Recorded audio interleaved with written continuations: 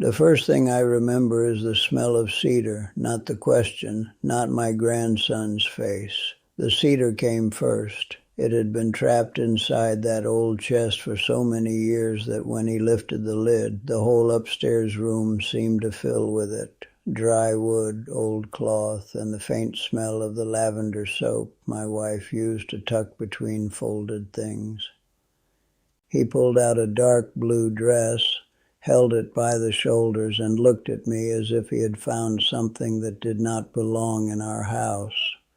I knew the dress before he turned it around.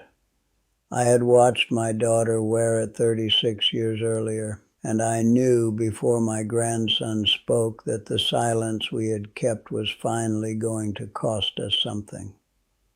My name is Mahlan. I am an Amish grandfather, a farmer, and a man old enough to know that a family can keep a secret without ever telling a lie.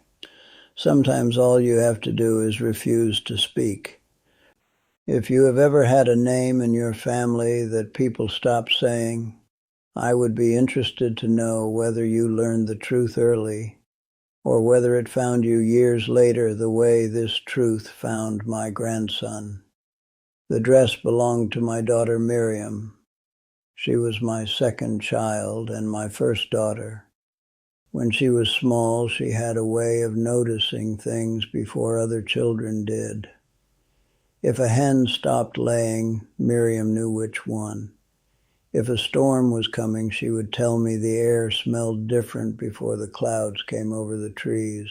If her mother moved a jar from one shelf to another, Miriam noticed before supper. She was not noisy about any of it. That was the strange thing. She was a quiet child, but her mind was always moving. I used to think quietness meant agreement. I know better now. Miriam grew into a woman who did her work well and asked questions carefully. In our home, questions were not forbidden, no matter what some people imagine about Amish families. But there are questions that are easy to welcome because you already know the answer. And there are questions that make a father uncomfortable because he suspects the answer may require something from him. Miriam had a gift for the second kind. By the time she was in her 20s, she was married and living several farms away. Her husband Samuel came from a family we had known for years. He was steady. He worked hard. He did not drink. He did not gamble. He was not the kind of man people whispered about after church. If you had asked me then whether Miriam had a good husband, I would have said yes before you finished the question. That answer was one of the reasons I missed what was happening. A marriage can be troubled without giving the neighbors anything dramatic to point at. Two people can share a table and a roof and still become strangers to each other. Samuel believed a home stayed strong when every person knew his place. Miriam began to feel that her place had become so narrow she could no longer turn around inside it. I did not understand that when she first tried to tell me. I heard the words she used, but I translated them into words I already knew. Restlessness, pride, outside influence, a difficult season. I had an explanation ready for everything except the possibility that my daughter might know something about her own life that I did not. Their son Elias was 4 when Miriam left. Elias is the grandson who found the dress. He is a grown man now, but I can still see him at 4 years old, sitting on the edge of our kitchen bench with his boots not reaching the floor. Miriam had brought him over that morning. It was late November. The ground was hard, but there had not yet been a proper snow. Mud had frozen into ridges beside the lane, and the horse's breath hung white in the air. Miriam came through our back door carrying no basket and no sewing. That alone should have told me something. Women in our family rarely came between houses empty-handed. She sat at the table with her coat still on. My wife, Anna, poured coffee.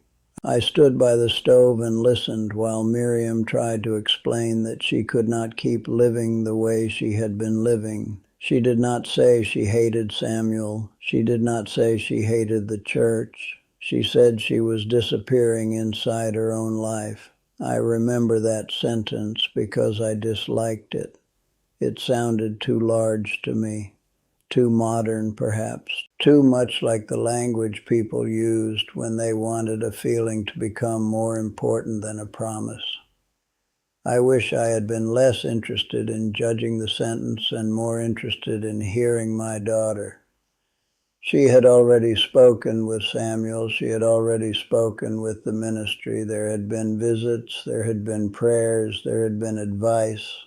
Everyone around her was trying to find a way to make her stay where she was. Almost no one was asking whether the place she was being told to stay had become impossible for her. I was her father. I could have asked. I did not.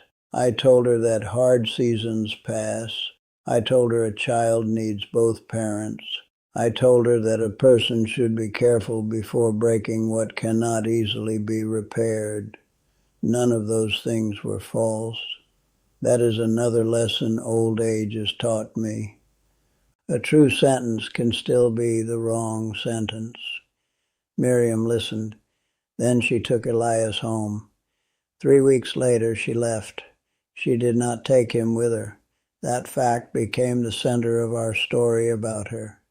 It made everything easier for us. If a mother leaves without her child, people think they understand what kind of mother she is. We let them think it. Samuel remained on the farm. Elias remained with him. Miriam went to a town nearly 2 hours away and stayed first with a woman she had met through work at a produce stand. Later, she found a room of her own. Within the community, people said she had chosen the world. That phrase did a great deal of work for us. It explained her clothes when someone saw her in town. It explained why she no longer came to worship. It explained why she was not sitting beside her son at Sunday dinner.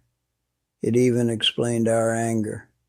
Once you say someone chose the world, you can make almost any distance sound like faithfulness. What we did not say was that Miriam wrote. The first letter came 9 days after she left. I still remember the envelope because she had written our address in the careful block letters she learned as a girl. Anna opened it. I did not. She read it at the kitchen table while I repaired a harness buckle. When she finished, she folded it twice and put it beside my hand. I asked whether Miriam was coming home. Anna said no. I asked whether she was sorry. Anna said it was not that simple. I went back to the buckle. That evening, I read the letter alone. Miriam said she knew Elias belonged where he was for the time being. She had no proper home for him yet, no steady income, and she would not pull him into uncertainty merely to prove that she loved him. She asked if we would tell him that she thought of him every day. She asked if she could visit him at our house where things might be calmer. I told myself I needed to think. What I really did was wait for someone else to make the decision for me. Samuel did not want the visit. The ministry advised caution. There was concern that seeing Miriam before she had made things right would confuse Elias. So I did nothing. When you are younger, doing nothing can feel morally clean. You can tell yourself you did not cause the trouble. At my age, I no longer believe that. Silence is an action when someone is waiting for your answer. More letters came. Some were for us, some were for Elias. She sent a small wooden top for his 5th birthday, bought somewhere rather than made at home. Samuel returned it. She sent a card at Christmas. It stayed in our drawer. She asked again to see him. Then she asked only for a photograph. We did not send one. I can explain every decision we made. That is the uncomfortable part. Each one had a reason. Each one could be defended for 10 minutes at a kitchen table. Put all those reasonable decisions together, though, and what you get is a boy growing up believing his mother vanished because she did not want him. I knew better. Anna knew better. Samuel knew better. But knowledge kept private does not help a child much. Years passed. Miriam's letters became less frequent. The last one I received came when Elias was 13. By then the handwriting looked different, faster, more certain. She told me she had trained for work in a nursing home. She had moved again. She said she had learned that a person can survive being cut off, but survival is not the same thing as being unhurt. She asked one more time whether Elias knew she had tried to stay in his life. I read that line many times. Then I folded the letter and put it with the others. I did not answer. I have tried to understand the man who did that. I do not excuse him, but I understand him.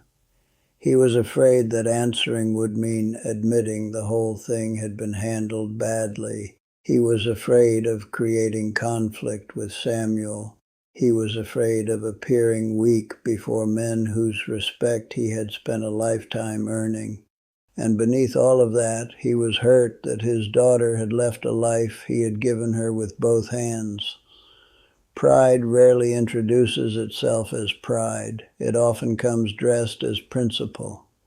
Anna kept Miriam's blue dress. I did not know she had kept it until years later. The dress was plain, dark blue with a cape over the front and tiny stitches along the inside of one cuff where Anna had repaired a tear.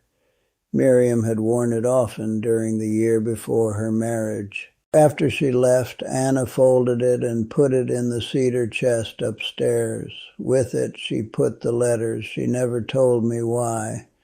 I think now she was saving what the rest of us were trying to make disappear. Anna died before I ever asked her. That is one of the troubles with waiting until you are old to become brave. Some of the people you owe questions to are no longer there to answer them. The afternoon Elias found the dress, he had come to help me sort the upstairs room. I had put the job off for nearly a year after Anna's death. There were quilts, old baby blankets, school slates, a box of buttons, 2 straw hats no one wore anymore, and jars full of things that had lost their purpose before either of us was born. Elias was 24. He had his mother's habit of noticing what other people passed over. He found the chest pushed beneath the low part of the roof where the ceiling slopes down. I was sitting on a wooden chair near the window when he opened it. The light was weak that day. Dust moved through it slowly. He lifted the dress and studied the stitching. Then he found the letters underneath. Some had never been opened because they were addressed to Elias, and we had decided year after year that he was not ready. He looked at the names on the envelopes. He looked at the dates. I watched the arithmetic happen in his face. 4 years old, 5, 7, 9, 13. A child can be told one story for 20 years, and a handful of envelopes can undo it in 20 seconds. He did not raise his voice. That would have been easier. Anger gives you something to push against. Elias simply held one of those letters in his hand and asked me, "Grandpa, did Mama leave us, or did we leave her?" I have lived long enough to be asked difficult questions by bishops, doctors, bankers, children, and men standing beside fresh graves. None of them were harder than that one. I wanted to tell him it was complicated. It was. I wanted to tell him we were trying to protect him. We were. I wanted to tell him his father had been hurt. The church had been uncertain, and his mother had made choices too. All of that was true, but I had already spent 20 years hiding inside true sentences. So I told him the part that belonged to me.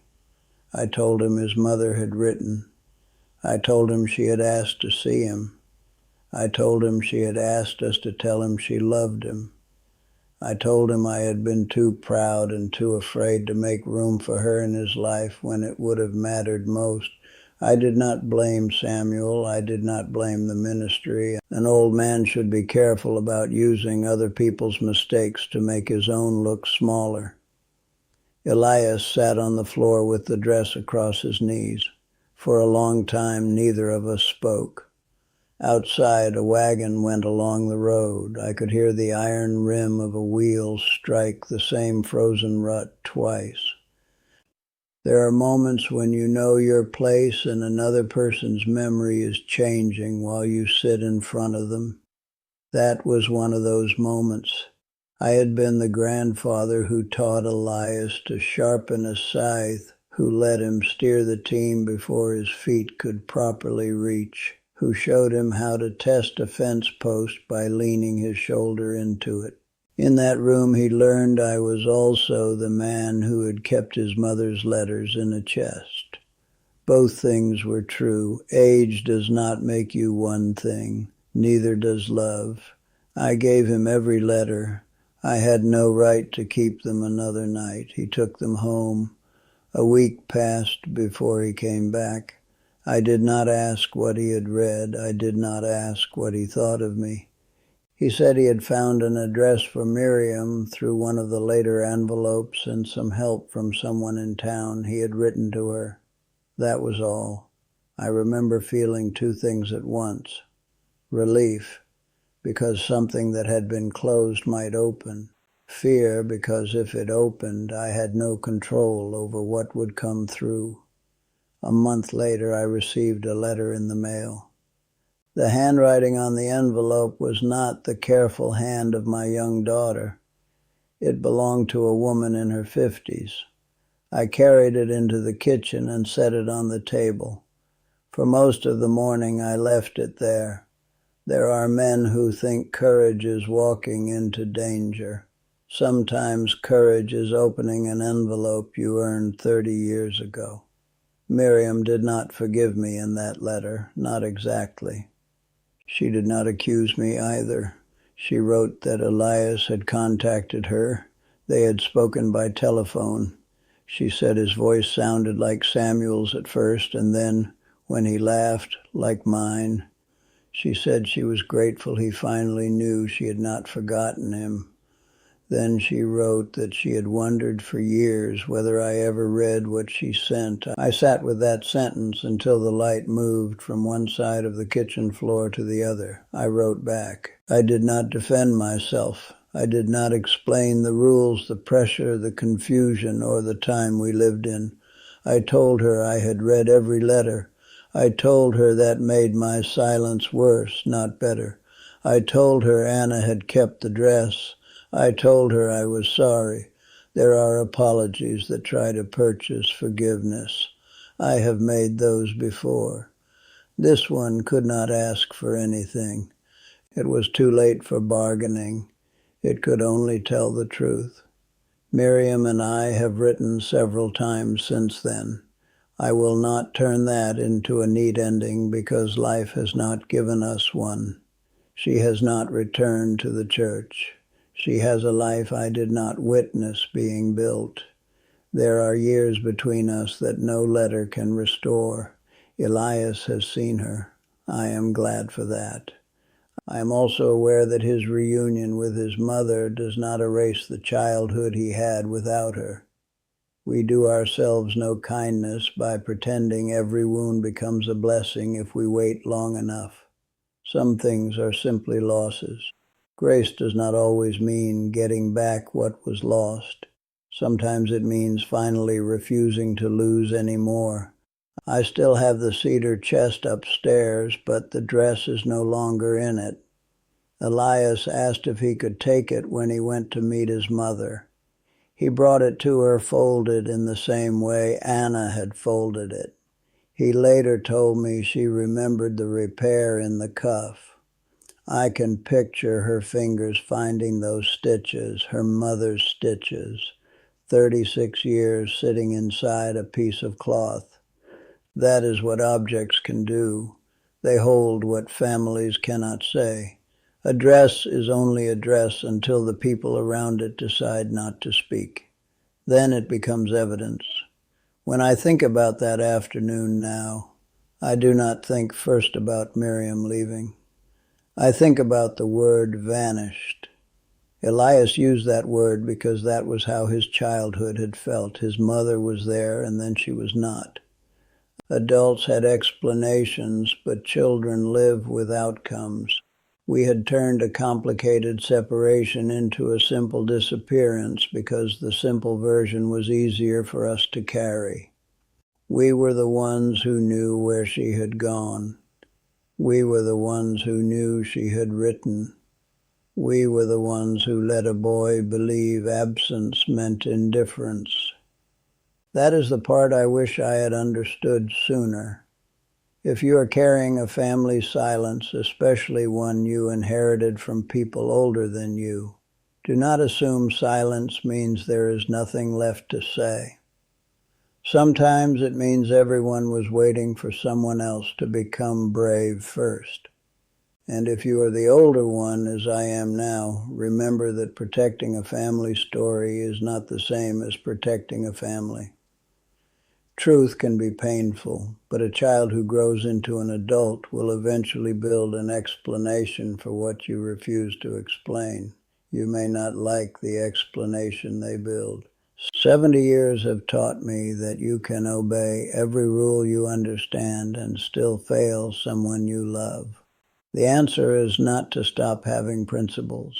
It is to be careful when your principles make another person's pain convenient to ignore. I thought I was keeping order.